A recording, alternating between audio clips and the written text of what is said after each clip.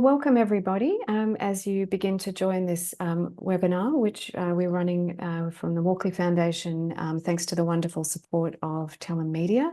I'm going to hand over to John Bergen from Tellem, who will get us started. Over to you, John. Right. Hello, everybody. Might give it a moment or two just for people to file in.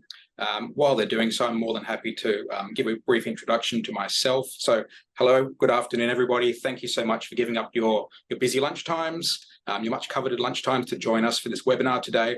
I am John Bergen. I'm from Tellem Media. Now, before we begin, I'd like to acknowledge that I'm participating in today's webinar from the lands of the Gadigal people of the Eora Nation, and I pay my respects to their elders past, present and emerging. I'd also like to acknowledge the traditional custodians of the various lands on which you all work today and the Aboriginal and Torres Strait Islander people participating on the call today. If you're not familiar with us, Tellem Media is all about creating connections. We bring together journalists and communications professionals through our media contacts database, events and information services. Now, we cover the entire Asia-Pacific region and we keep you informed with industry developments. We promote job opportunities. We help source expert contacts from our extensive network. In short, we are here to help. And that's why we're delighted to support this webinar presented by the Walkley Foundation for Journalism to equip publishers with the knowledge and the tools to diversify their revenue. Now, we all know the importance of journalism. News keeps us connected with what the world offers. It can be interesting, it can be provocative, it can be entertaining, but above all, news empowers us through knowledge. But the news industry can't do this, of course, without long-lasting sources of income. Publishers need money to keep the lights on, to pay staff, and to produce quality journalism. And we all know, of course, that the media landscape has undergone significant transformation in the digital age, and no doubt there are more bumps ahead, from platform competition to economic uncertainty to generative AI, the list goes on. Many newsroom leaders are left to navigate this journey on their own, and that's not fair. And it's not always clear where to go for information, but it doesn't have to be this way. So we put our heads together with the Walkley Foundation and came up with this webinar, because when journalism succeeds, I think we can all agree that we all do better. I'm really, really looking forward to hearing from our panel today. You couldn't ask for a better set of experts. They'll be sharing sources, inspiration, and examples to help media organizations take control of their financial future. Thank you so much for listening to me, and I'll hand over to Corinne from the Walkley Foundation, your wonderful host for this webinar. Thanks so much, John. And thank you also to, as you say, everyone who's giving up their lunchtime for this session. I see quite a few names that I recognise in the participant group.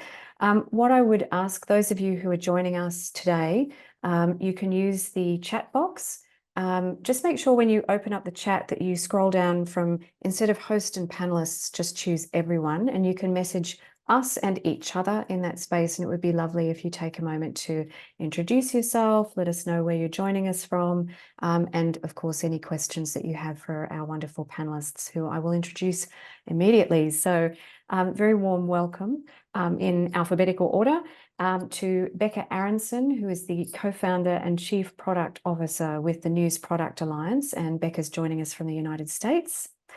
Anna Draffin, who is the CEO of the Public Interest Journalism Initiative, and Associate Professor Caroline Fisher, who's with the News Media Research Centre at the University of Canberra, and is one of the co-authors of the annual Reuters Digital News Report, the Australia edition, which is coming up in a couple of months. So I'm super excited by, I have to say, an all-female panel, unintentional, but here we are.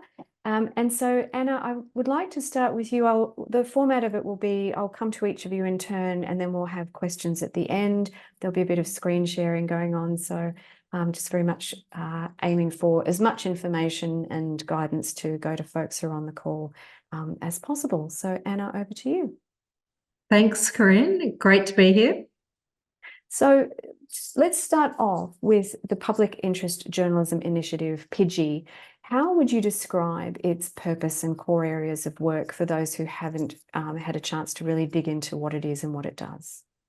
So we're an independent think tank that is focused on the sustainability and diversity of the news ecosystem in Australia. So we have very much a macro view We are independent and neutral, so we don't represent any industry interests, nor do we represent government interests, nor digital platform interests. So we sit at the nexus of all the different contributors to public interest journalism, and what our focus is on is how do we maximise the end benefit for the community. So it's really looking through that prism of news as a public good and understanding that it's essential to a functioning democracy, and how, therefore, do we go about making it as sustainable and as diverse as possible.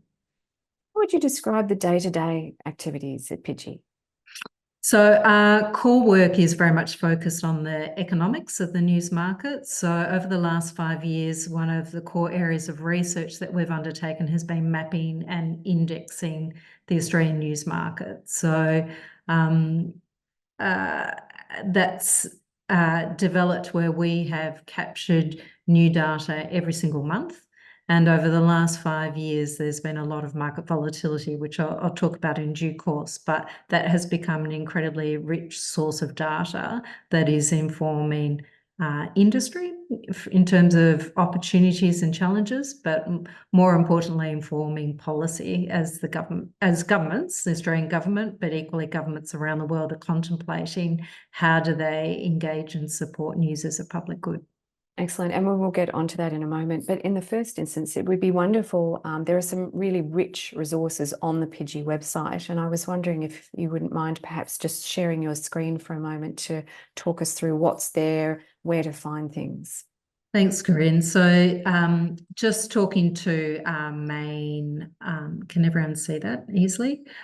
Talking to our main work. So this is back on our homepage. There's lots of resources here, but if you look at the Australian News Data Project, there's 4 key components to this project. So firstly, the mapping visualizations, the news index, the news sampling project, and our monthly and quarterly reports, which is that granular capture. Now, I'll talk you through some of the visualizations just to give you some flavour. Just bear with me a moment while I rearrange my screen so I can actually reach the buttons. So this is the work that Pidgey's been doing over the last 5 years in terms of local news markets, where we've gone into every local government area across our vast geography and mapped it according to whether there's print or digital news producers in that region, and then from a broadcast point of view, whether there's radio or television. So that's one large piece of mapping that we've done. So previously there wasn't a single database of news production and availability across Australia. And then the second part, which you'll all appreciate, particularly given the COVID years, is that we have been tracking market contractions and expansions. So you can see, so this is showing you can roll over and see individual news outlets and what's been affected and the date of that impact. Over here on the left-hand side, you can actually see the histogram, this being the peak of contractions, which no surprise was during the early years, quarters of COVID. And then what you've seen is slight green shoot recovery, but more pressingly is the last 6 quarters, we've seen sequential quarters of net decline. So we're heading back into probably what is the post-COVID era and probably returning to that just gradual net decline that we know that news markets around the world have been suffering from of the last decade or more. Thank you. Sorry, please go on. No, and just this is one other thing for those of interest. You can by all means go into this. This is our Australian News Index. Go in and just do a search on your own outlet and you'll see the data that we collect with regard to each news outlet. More than happy at any stage to get feedback and commentary on the way in which your news outlet may be listed in our data. Thanks, Anna. And one of the questions I suppose that comes to my mind is, are you beginning to map or thinking about mapping along the lines of different approaches to business models?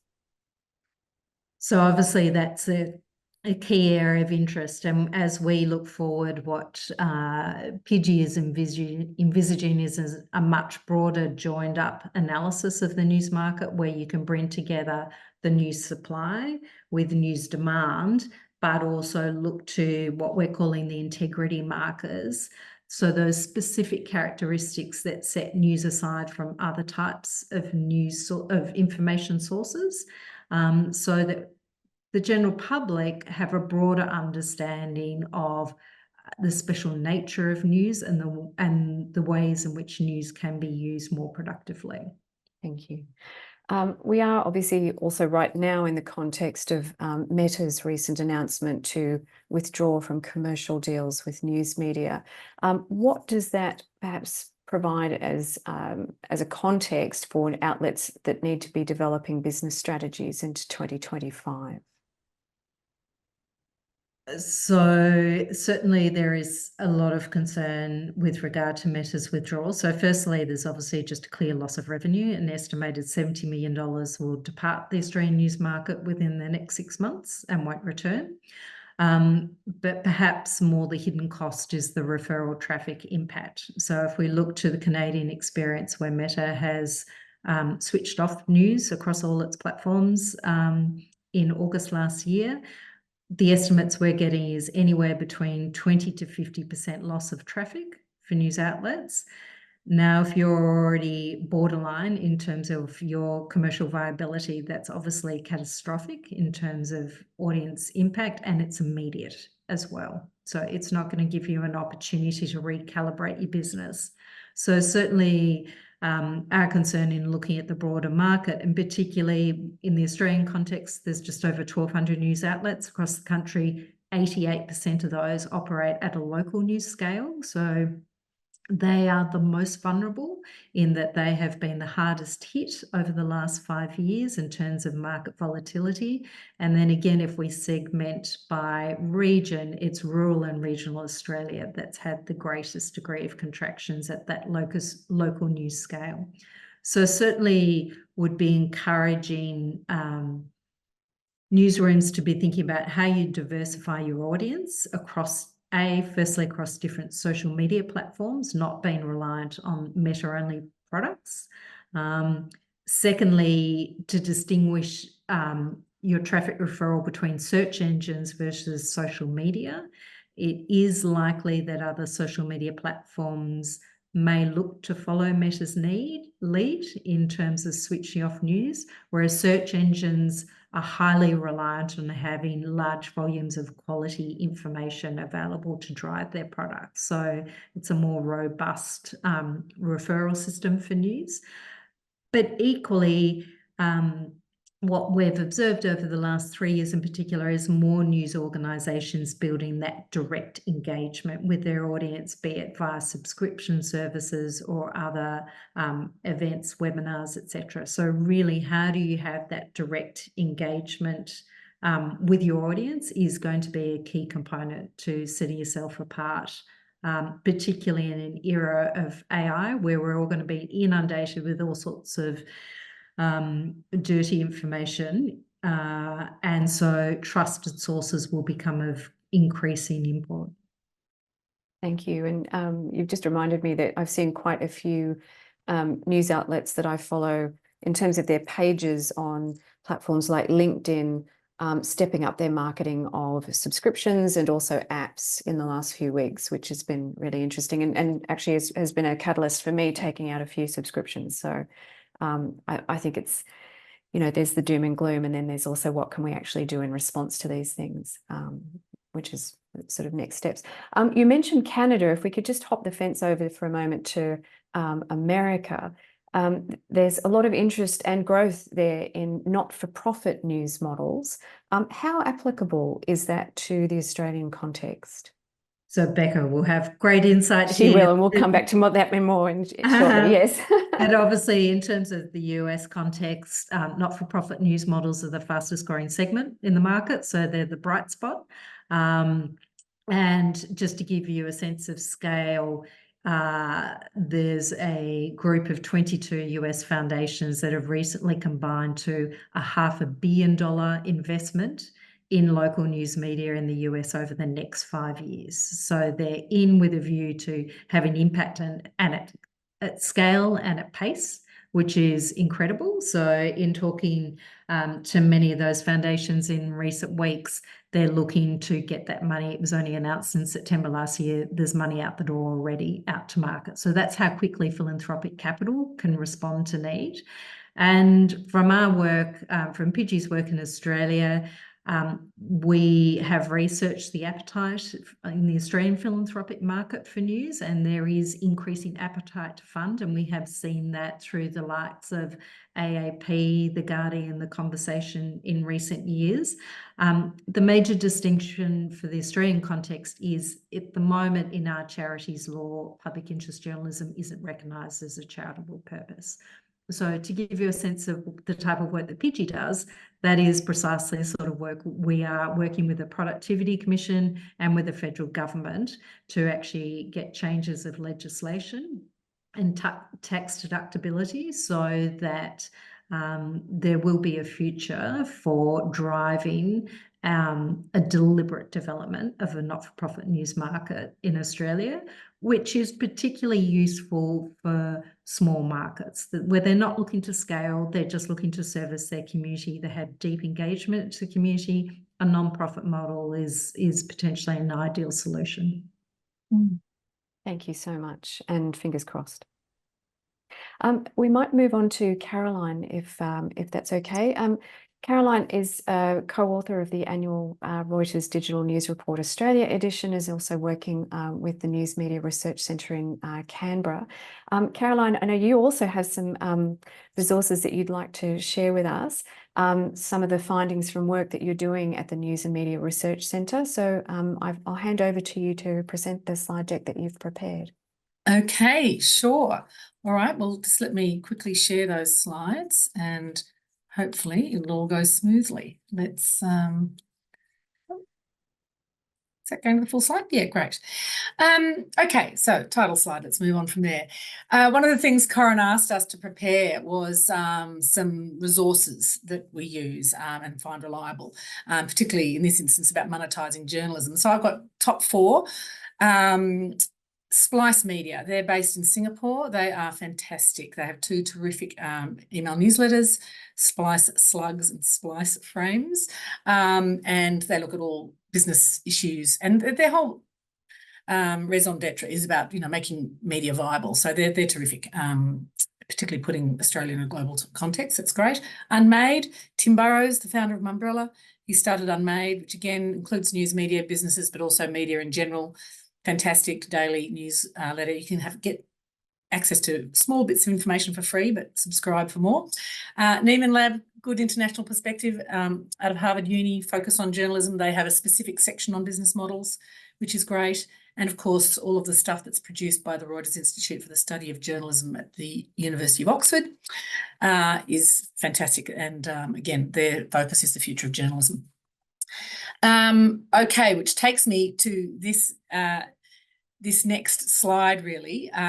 As Corinne mentioned, at the News and Media Research Centre, we are the Australian partner with the Reuters Institute in Oxford to produce an annual report on digital news consumption. And we've been doing that for 11 years now. So I'll just show you a couple of key findings from last year's report. I can't show you this year. I'd have to kill you. We're just crunching the data now. It's been in the field. We're just analysing it now and starting to write it up, and it'll be out in June. But it is the world's biggest ongoing survey, and the strength of it is that it's globally comparative. It's fantastic. The same questions are asked across 46 markets, and so that's just invaluable to see Australian trends in a global context. Okay, so if you hadn't noticed, unfortunately, interest in news has been declining, and you can see there over the last, from 2016 to 2023, a big, almost 10%, more than a 10% decline. And you can see then on the right-hand side a shift in preference of platforms for news consumption. TV is still king, but it's declining. Online is second. Social media is pretty steady, but of course radio and print, no surprises there. Heading south. We find that news in Australia is incredibly gendered. news consumption. It's the most gendered actually in the global survey of 46 nations, 46 markets. So you can see there that men have much higher levels of interest in news than women.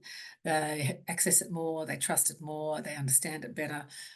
It's really quite extraordinary, the gendered nature of news consumption here. We did a special report on that last year, actually. As far as social goes, you know, Facebook again is still king, but declining. And of course, in the we won't see it so much in this year's report because their decision to withdraw from news won't have activated until after our survey was in the field this year. But in the 2025 report, we'll really see the impacts of that. So Facebook, yeah, declining, and YouTube rising. So Instagram has been growing, but again, that'll be very different in the 2025 report. TikTok growing, etc. But all of these, of course, are terribly variable depending on algorithm changes. And paying for news, which comes to the heart of the webinar today. So we've been tracking that for a very long time, and people's preparedness to pay for news in Australia has been growing since we've been doing the survey. So we're now at about 22% of the participants in the survey said that they've been paying for online news in one way or another, which is great, and you can see that that's above the global average. And some of that growth has been amongst younger cohorts, but particularly among men. Men are the biggest news consumers. And again, the main driver is about quality, really is about, people are prepared to pay for quality news services. Some people, about a third say they want to fund good journalism, but fundamentally it's about quality, and that they can't get that quality from free sources. And you can see at the bottom there, these other additional options like games and puzzles, etc. Yeah, they're part of it, but they're not the biggest driver. Yes, of those people who don't pay, which is, nearly 80% of people, a fifth of them said that they would pay if it were cheaper. And others said, if things were bundled, if there was more option, if they paid for one thing, but they got a lot more for bang for their buck, that they might consider it as well. But again, the bulk of the non-payers still won't pay no matter what you do or offer them, which is a reflection of low interest and falling interest in news. And again, we saw in the cost of living crisis, the people who were hit hardest by that they were the most likely to cut their subscriptions, which is not surprising. So that was from last year's digital news report. And we'll ask some of those questions again this year, so the longitudinal data will continue. But we've done a lot of other research as well about, okay, well, what are you prepared to pay for? What impacts your decision? So the way to do that in research is to do things called choice models, and we've done several of these. This first one is just very quickly about local news consumers. It was funded by Google, and it was looking at what would drive people, what would they be interested in to pay for in a local area, especially if they didn't have news, if their local service had closed. And very few people, well, about a third of people said that they'd be prepared to pay for something, but very little. Okay, so look, up to $5 a month, it's not a lot. So yes, people want news, they're prepared to pay for it, but they're not prepared to pay a lot for it. And even if they're being offered quite a lot. Now, this is in a regional area and in some ways slightly depressed areas, so that will be different in metro areas. But this was an interesting study and eye-opening. Again, the factor that was driving those people's decision was about quality. And in local community, very much about whether or not that news organisation was going to make a contribution to that community, a positive contribution to that community. So that was also very interesting to see that, which you don't get so much in metro communities. Now, in the 2019 digital news report, we gave people a choice. Okay, you've got three choices, subscriptions, what would you take out first, news, video streaming, audio streaming, etc. And only 9% of people would choose to subscribe to news above anything else. So it's very small. Most people would choose to subscribe to a video streaming service. And that, we gave them three choices, and, news was always at the end. So that's the thing that people will cut first if they're wanting to cut back on subscriptions. Now, we are looking at another project that I'm on, and this is the last one I'll talk about. It's called the Valuing News Project. It's an Australian Research Council discovery project. It's being led by Professor Terry Flew at the University of Sydney. And it's called Valuing News, Aligning Individual, Institutional and Societal Perspectives. And because what we can see from all of our data from the Digital News Report globally and nationally, and what's happening, you know, PIGI's research, they're the supply side, we're the demand side, is that people's assessment of news and its role in people's lives is changing. And so we're really trying to look at that in this project and find out, well, what's driving that. And as part of this project, we've done a conjoint analysis. So this is hot off the presses. This data, it hasn't been published anywhere. This is only a very sneak peek. There's more, but I can't share that with you yet. But this is, we did a complex conjoint analysis, giving people a lot of options about different types of news to pay for, different utilities that they would offer, etc., and how much would they pay. And I know this looks complex, but just to you know, just look at the short and the long lines, and that kind of tells the story. That basically people, you know, one title was the baseline here. So if you add up to 5 titles, well, you can see that there's a boost there. But up to 5 titles, yep, there's some added utility there, and so people are prepared to pay for that. That seems to have, you know, financial value. Up to 10, there's not such a boost, you know. So you think, yeah, well, what's the there's not, you know, it's probably not worth it. 5 titles is probably the optimum there. Particular types of content, well, local adds, you know, is the most adds the most utility there to the people. Non-news content, games with the most, you know, again, slightly more, but not huge utility. When you look across to the bonus services, it's streaming. Okay, video streaming is king, followed by music streaming, and people would prefer things to be ad-free. Oh well. And monthly subscription is kind of seen to be, you know, the optimum form of subscription. And then, you know, paying about $13 a month there. 40 was the baseline, but there seemed to be some uplift there in reducing that price. So look, these are just indicators, you know, don't take it as read, but we have a lot more analysis to do with this. But this does support, you know, some of the other research that we've been doing. And what it really tells us is that, you know, bundling news with other things is the answer. The problem with the viability of news is that we unbundled it. We unbundled it from advertising and other things, you know. Why is TV still popular? TV news still popular? Because it's the stuff on either side of it that people are watching, you know. News just happens to be in the middle of the game show and whatever else comes afterwards, the fishing show. You know, it's news has never been a product that's been viable on its own. And I don't know why we've pretended that we can make it happen all of a sudden in this era. It's very hard. And as we're finding, we're really struggling to do it. So all of our research is telling us that bundling is part of the answer for future viability. Talking to part of this ARC discovery is talking to industry leaders, editors and CFOs, etc. So again, multi-revenue streams are needed, not to rely on any. So subscription, advertising, sponsored content, and other things like hosting events, masterclasses, conferences, and trying to, you know, broaden your appeal, broaden your audience through value-added products like email newsletters, podcasts, etc., which you can see everyone's doing. Now, they may not be charging for those things, but they will get people through the door so that you can encourage them. If they like what they see, then they may well pay. And of course, if you've got a particular niche product where you can do a business-to-business type of arrangement, that's very lucrative and provides a real underpinning, you know, financial stability for some news outlets, particularly for outlets that, you know, specialise in financial news and things like that. But that's not going to work for everybody. So that's kind of the key takeaways from that project. That's a bit of a romp. There's some references at the end.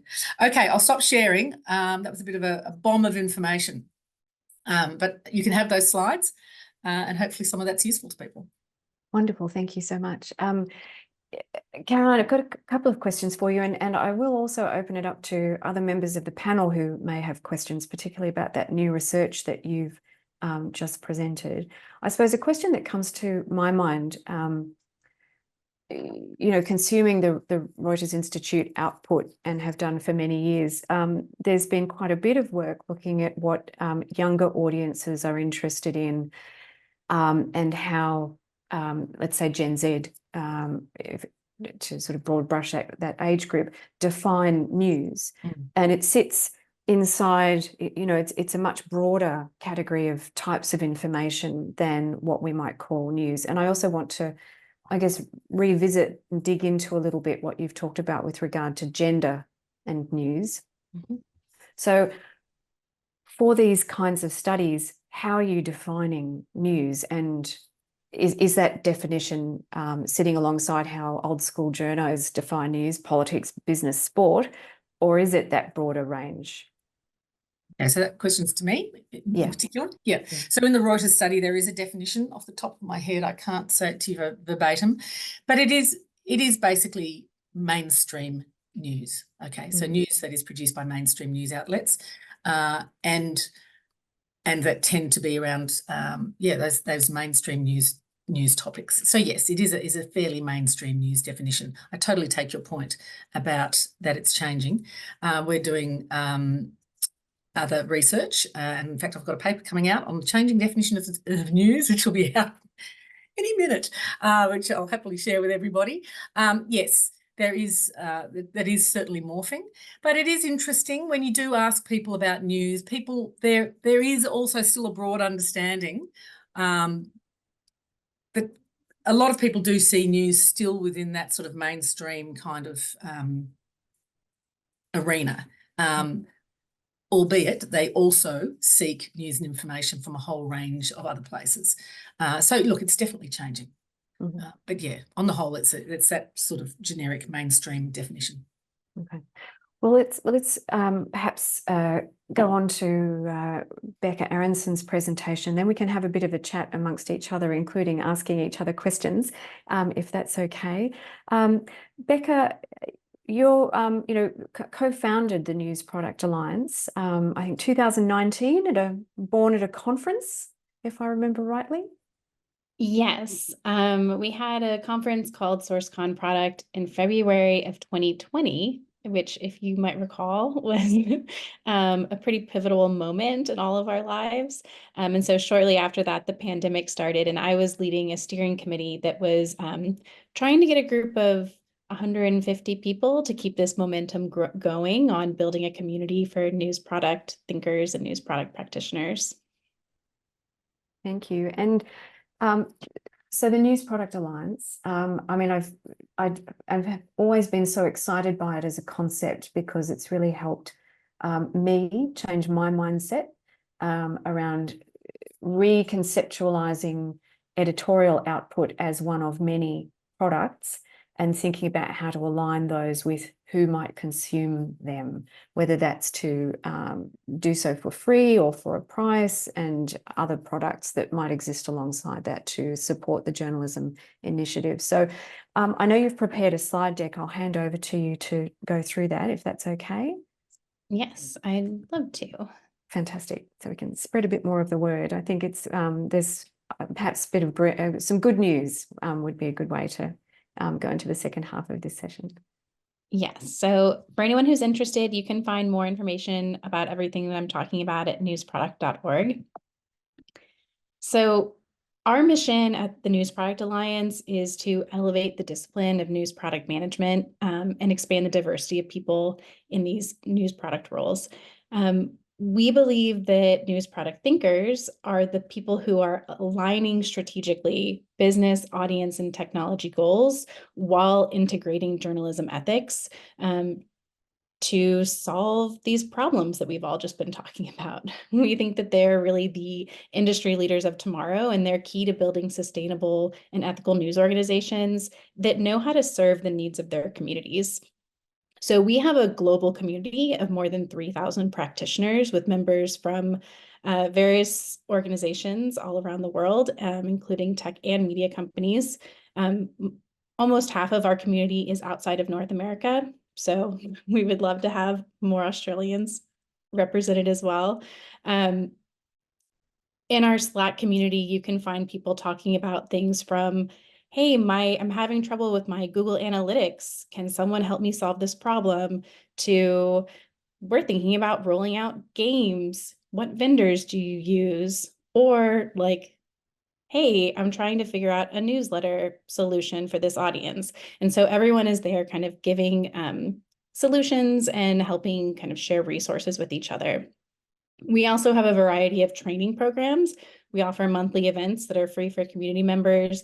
And we also have the first of its kind news product management certification program, which is a 3.5-month long deep dive into becoming a news product leader for mid to senior level news professionals who want to become these problem solvers or who are already doing this work and want to kind of fine tune their skills.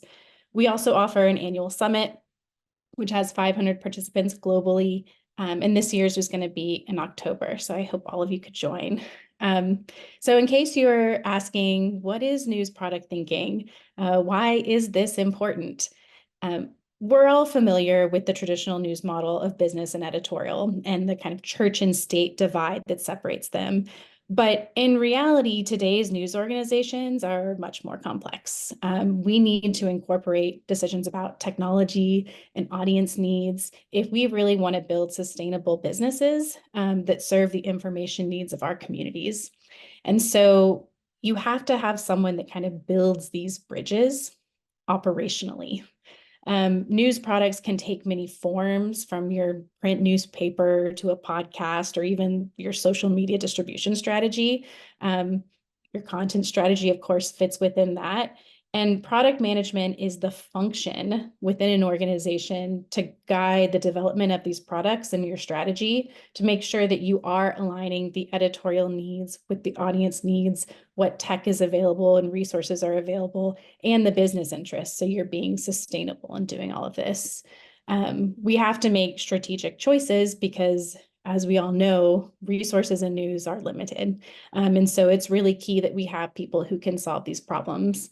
And today's most successful newsrooms have done this. And so we really think that every newsroom needs product leadership and a culture that supports them so that they can lead collaborative problem solving. And so that's what the News Product Alliance is there for, is to help support these leaders and build that community of support around them so that they can continue to further the interest of our news industry at large.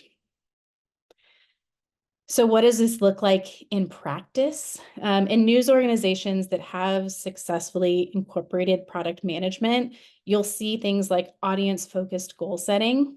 You'll see cross-team collaboration. People are working together across disciplines.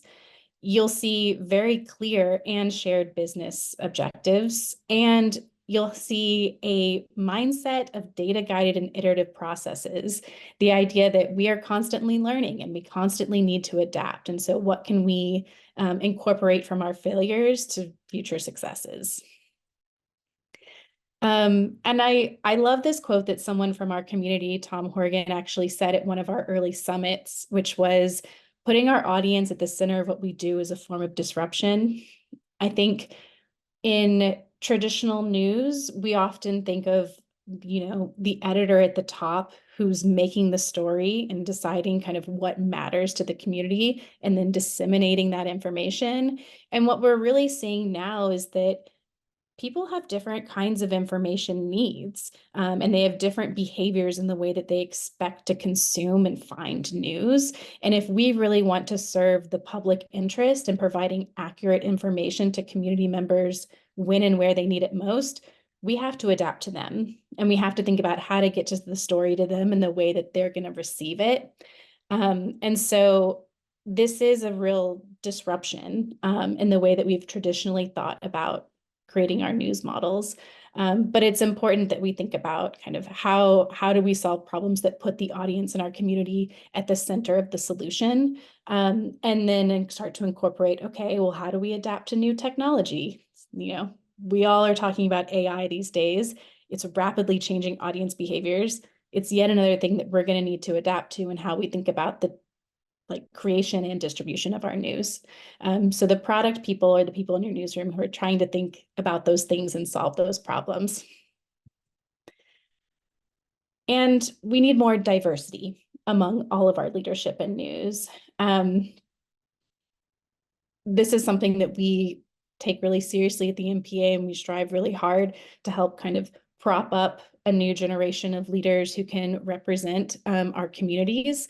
If you look at the research, there's growing and growing distrust in news. And a lot of the times it's because people don't see themselves in the story, or there's a history of misrepresentation or harm done to those communities. And so it's really important that when we're thinking of problems that we're trying to solve, that we have diverse representation in product leadership and in those communities to rebuild that trust, because we all have a tendency to focus on the problems that affect us. And so having a diverse team in race, gender, orientation, class, generation, geography, all of those things help us become more aware of problems that we should be addressing, and think of solutions that are more innovative, creative, and distinct. So if you'd like to become part of our community, we would love to have you. You can join our Slack at newsproduct.org/Slack. And other things that you can find from our resources include our product kit, which is an introductory level kind of guide to news product management that you can either use yourself or share with colleagues whom you might be trying to bring into this conversation. We also have a resource library that's curated by people in the news profession, and has case studies on things that have worked, as well as like resources and frameworks and tools that might be relevant for your news organization. We do monthly events. Our summit this year is going to be in October, so we'll be sending out more information about that this summer.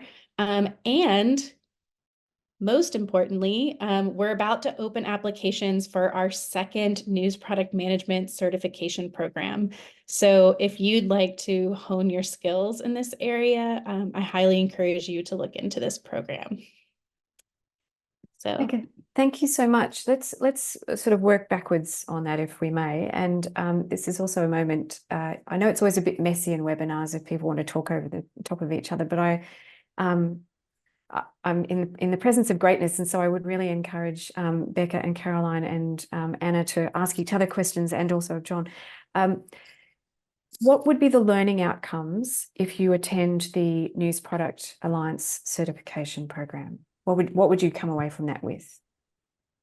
yeah, the main thing that we want to teach in this program is kind of how to think strategically about solving problems.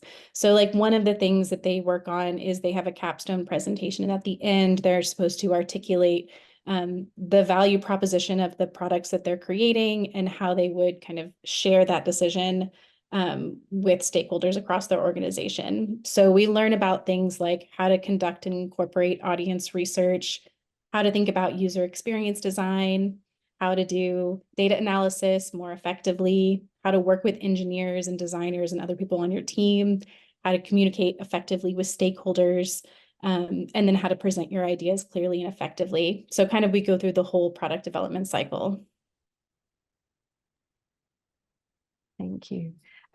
Caroline and Anna, do you have questions or points that you'd like to return to in response to each other's presentations? I could ask you all questions for hours, but I just want to open up space. Thanks, Anna. It's really interesting to hear about your business. I mean, I was just reflecting, though, on the fact that we call it news product, rather than content. I mean, it's such a shift, isn't it? I mean, not only how we define news, but the way that we are thinking about it in this terribly commodified way, and how that's shifting our thinking. Where's our values thinking about what we do when we're thinking about it as products? It just churns away for me. I'd like to chime in and just draw Caroline and Becca respective work together, because from our perspective, Gen AI offers a bit of a course reset. We've had 20 years of experimentation with digital platforms as unavoidable trading partners. As one colleague dryly reflected yesterday, we're 10 years too late to assume that we can't engage with social media. And indeed, irrespective of Meta's future market position in Australia, if you're a new market entrant, you have to use social media platforms to drive audience. That's where the audiences are. So in thinking about Gen AI, Becca, really curious to hear where you see opportunity, and Caroline, you too, in terms of that bundling, because we see that there are many more digital platforms interested in Gen AI. So there's a lot more competition amongst them, which is fantastic, a bit more of a level playing field. But equally, we keep coming back to the unique characteristics of news, as I said earlier, as a distinct source of information that should be a premium product. So there's commercial opportunity here. Where are you seeing the opportunity, Becca? And Caroline, where are you seeing the opportunity in terms of contemplating bundled services and products? I think that there's a variety of ways, and they come in many different directions. I mean, one thing that we're going to see is people are going to need verification of things that are created by generative AI. And so they're going to be looking for trusted sources to do that verification process. And some of it is ultimately going to happen on social platforms. You know, you're going to have YouTube try and flag things, but you're also going to need external sources. And I think that's a role that news organizations should play, but it requires them to have the technology and the advancements within their organizations to do that work. And then I also think you're going to see it used to kind of like change the way we do investigative journalism. There's already some great projects that have come out where you see people using like generative AI to, you know, like I saw one that was like to scan images from Google around the world to find where there's like still lead within the cabling in certain neighborhoods, and then connecting that to like community demographics of who's being most affected by potential lead poisoning. So like things like that, that like we can really use it to tell stories in more complex and important ways.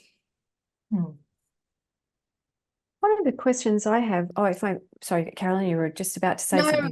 No, look, I mean, it's a great question, Anna. And as to how you would bundle, I mean, I think that's a really interesting question. It's a really interesting opportunity. And I don't have an immediate answer for it, but it absolutely needs exploration because it is potentially an opportunity for sure.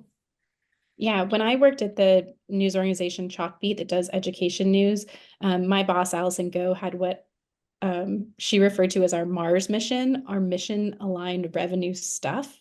And the whole idea was that we need to start thinking of creating products maybe outside of our core news that will support the news because the news won't pay for itself, right? So like what can we do that's going to be aligned with the work that we're doing, but and serves our community, but actually generates revenue. And that's where I think product thinking is really important and key, right? Because it's like, how do I connect our editorial mission and our product strategy and also serve the needs of our audience in different diverse ways that will keep our business going? And so sometimes you have to think really creatively and outside the box, and definitely it can be a unique solution depending on where you are in the world and who you're serving. Yeah. One of the things that interests me about the group of people that are on this call is we have Anna and Caroline doing research work and research distribution work. And Becca, if I can put it in these terms, perhaps disseminating what we know, and also, capturing workplace applications of, what am I trying to say? Do you know what I mean? It would trying to understand the implementation of what we understand. If I take a step back, in academia, there's this concept of research, translation, and uptake, which is a concept that I didn't learn about at school or at university or in a newsroom ever. I learned about it on a development project. But it was about translating what we're finding out through research into practice. And I'd be just interested to get a sense, perhaps, Caroline, I might start with you, because the Reuters Digital News Report is trying to drive practice with research. How well are we doing, and how do we need to do don't want to say better, but to plug what we're finding into practice perhaps quickly and efficiently? Well, I think there's a couple of things here. There's about, broader consumption for public consumption and really simplifying, these, if anyone's seen the reports, there's huge amounts of data in them, and depends on your audience. We tend to focus on policy providers, and so we go into great depth to give them longitudinal data for policy purposes, and we find that that's very effective and it's used a lot.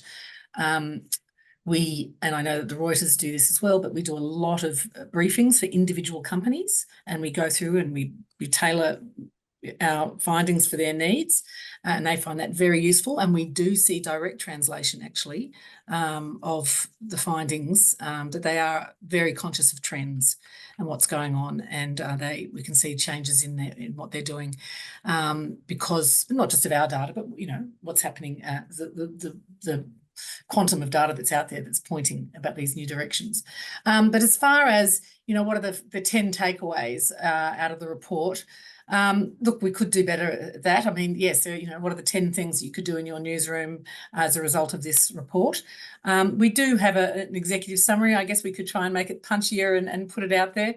Yeah, we could work on that for sure. We do a lot of stuff in the conversation, so we do try to translate it out, into the public, so that there are tangible forums, more accessible forums for the information. But yeah, we can always do more. It's not so much, it's it was a long and messy question, because I'm not trying to be, it's not a critical thing, it's more just how do we get this to work more effectively, perhaps. Anna, be interested to see your thoughts around the news organisations that you're engaging with, and perhaps how organisations like the Walkley Foundation, as well as researchers, can be more effective in how we can assist them to maybe not reinvent wheels, Yeah, look, that's precisely it. We're all dealing with scarce resource, and so for Pidgey, we're a sort of companion piece to academia, in that we're a civil society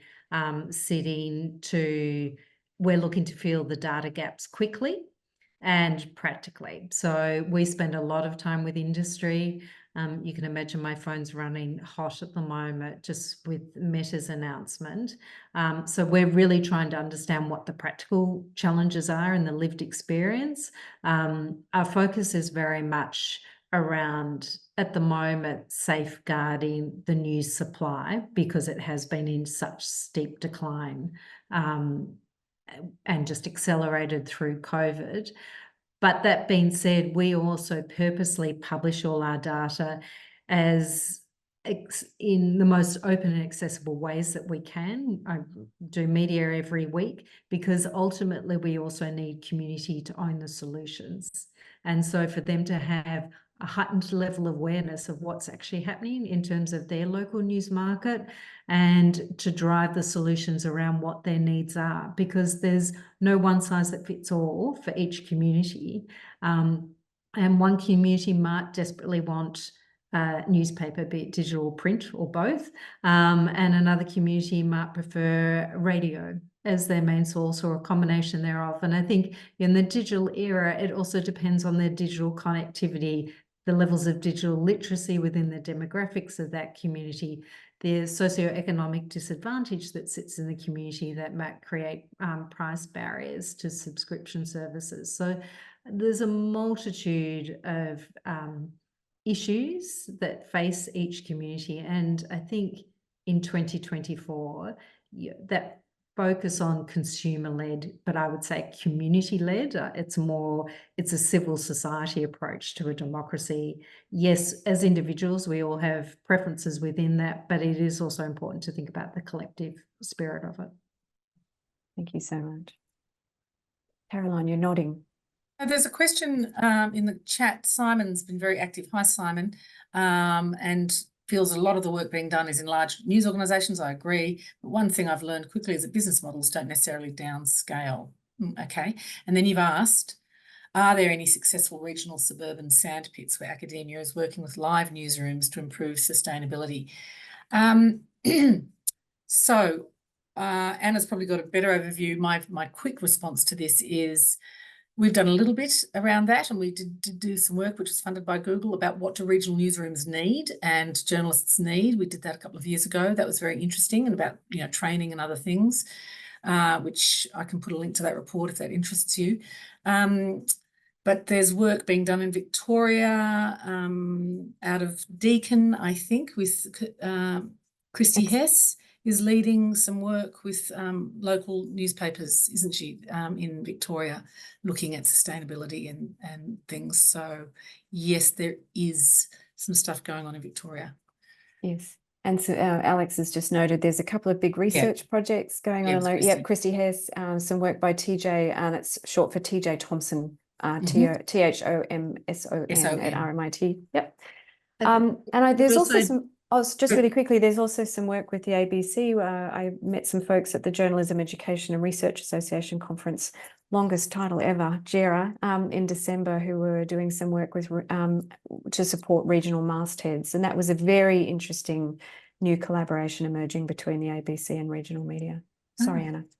So again, Christy Hess at Deakin is involved in the ARC project with the ABC. I think the other thing I would also point to is the emergence of peaks for small to mediums over the last 3 years, which weren't active. So Country Press Australia's membership has certainly increased over the last 3 years, but equally there's the local independent news association that's also popped up. Lena. The Digital Publishers Alliance and a number of other collectives. So, my advice to small news outlets is going it alone is tough and lonely. And, like Becca has amassed a community in terms of shared knowledge, and just look at the comments about the impact that your Slack channel, Becca, has, just some of those practical resources that you get from operating and belonging to a peak body. I would really encourage people to reach out and look for those resources. And, it's often just affirming to know that your experience is not novel. Yeah, thanks for that. We actually hear that quite a lot from our members, that joining our community helps them feel less alone, and like they have a name for the work that they're doing, and community of people that kind of gets it and can talk to them about their work in a more detailed and expansive way. So it's also uplifting. I mean, none of what we've talked about over the past hour is the stuff of happy, joy. And I think it's really, it's really important to just acknowledge the emotional toll that takes on people who are trying to run not just sustainable businesses to keep people in jobs, but also to uphold the fourth estate. Both of those things are, difficult and challenging things to do in the current environment. And really, one of the reasons why we wanted to bring the three of you together is to reassure people that there are a lot of folks trying to fight this battle, and there are places to go for information and guidance and support and tips and training, which is important. I might just ask a final comment from any of you if you feel moved to do so. I'm very excited about the News Product Alliance certificate program opening next week. Becca, is that open to everybody anywhere? Yes, it's global. So it's open to everyone everywhere. Fantastic. Caroline, any closing comments from yourself? Well, I was just interested, Becca, are you doing, is anyone doing any academic research or, evaluative research about your, the work that you're doing with organisations to look at what's working and what's not, I mean, that would also be fascinating. Not currently. Cindy Royal at Texas State University did do a research study on our community in the early days. I don't know if you followed her work, but it's great. And Damon Kiesau actually just published a textbook on product management and news, which is also a great resource. Great, thanks. But if you're interested, we can talk. Okay. Well, we might just gently wrap up there if that's okay, folks. I know we're sort of heading towards the end of the lunch break, so thank you all so very, very much. So we've been hearing from Becca Aronson, co-founder and chief product officer with the News Product Alliance in the US. Anna Draffen. For having me. Oh, thank you. Sorry, thank you for joining us. It's wonderful, and also for persisting into a late evening in America. Anna Draffen, CEO at the Public Interest Journalism Initiative. and Associate Professor Caroline Fisher with the News Media Research Centre in Canberra. Thanks so much, Corinne. And thanks also, of course, to Telemedia for kindly supporting this session. We wouldn't be able to do it without you. So very, very grateful. Thanks to John Bergen for joining us today. Great pleasure. Thank you very much. And a copy of the recording and all resources will be shared as always. So thank you again for the time and have a great day.